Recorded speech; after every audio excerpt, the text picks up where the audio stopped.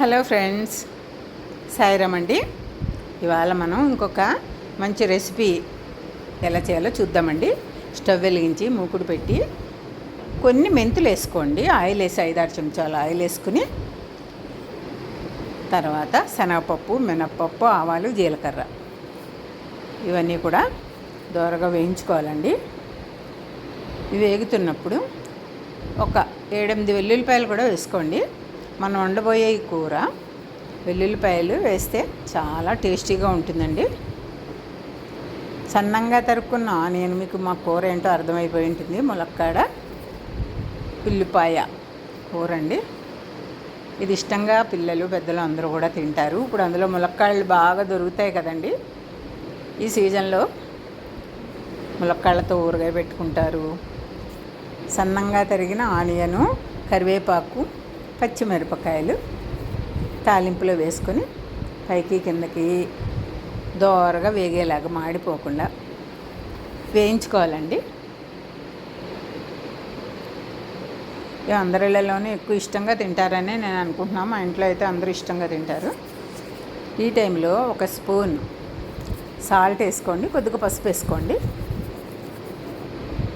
మొత్తం సగానికి పైగా వేగిన తర్వాత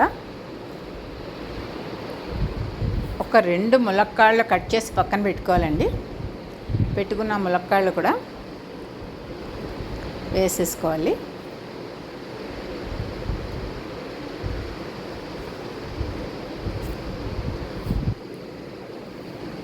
ఈ ఆనియను, ములక్కాడలు మనం వేసిన ఉప్పుకి బాగా అంటాలి. ఆనియను, ములక్కాడ, కొద్దిగా చింతపండు పులుసు కూడా పోసుకోవాలండి. ఎందుకంటే ఇందులో పులుపుకి సంబంధించినవి ఏమీ లేవు. టమాటాలు వేయరు దీంట్లోనూ. ఎందుకంటే ములక్కాడ టమాటా కూర వేరే, ఈ ఆనియన్ ములక్కాడ కూర వేరే. ఒక 2 చెంచాల కారం కూడా వేసుకోండి. ఈ కూరకు ఒక 1.5-2 స్పూన్స్ కారం వేసుకుంటే సరిపోతుంది. మరి ఎక్కువ వేసుకుంటే ములక్కాడ నవ్వులుతున్నప్పుడు గుండెలో మండుతున్నట్టు ఉంటుంది. మనం తినగలిగిన కారం వేసుకోవాలి. ములక్కాళ్ళన్నీ ఇప్పుడు ఉడకాలండి బాగాను. ఆ చింతపండు రసంలో ములక్కాళ్ళన్నీ ఉడకాలి. మూత పెట్టేసుకుని సిమ్లో పెట్టుకుంటే స్టవ్ అది బాగా ఉడుకుతూ ఉంటుంది. ఒక 5 నిమిషాలకు ఒకసారి కలుపుకొని ఒక 1/2 గ్లాసు పాలు పోసుకోండి. పాలు పోసుకుంటే అసలు టేస్ట్ అయితే నెక్స్ట్ లెవెల్లో ఉంటుందండి. చాలా బాగుంటుంది.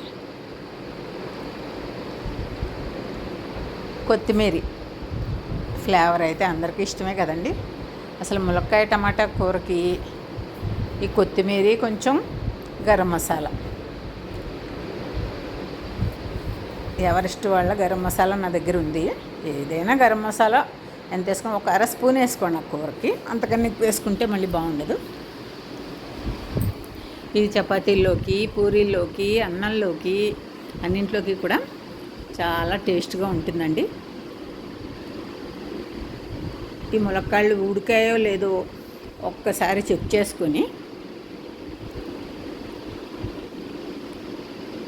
మొత్తం కలియబెట్టుకుంటే కూర చాలా టేస్ట్గా ఉంటుందండి. పిల్లలు పెద్దలు అందరూ కూడా ఇష్టంగా తినే ములక్కాయ ఉల్లిపాయ కూర మీకు కూడా ఇష్టమే కదండి. నచ్చితే మా రెసిపీ లైక్ చేయండి, షేర్ చేయండి, సబ్స్క్రైబ్ చేసుకోండి. థ్యాంక్స్ అండి. చాలా బాగుంటుందండి. మీరు కూడా చేసుకుంటారని చూస్తున్నాను. Thank you.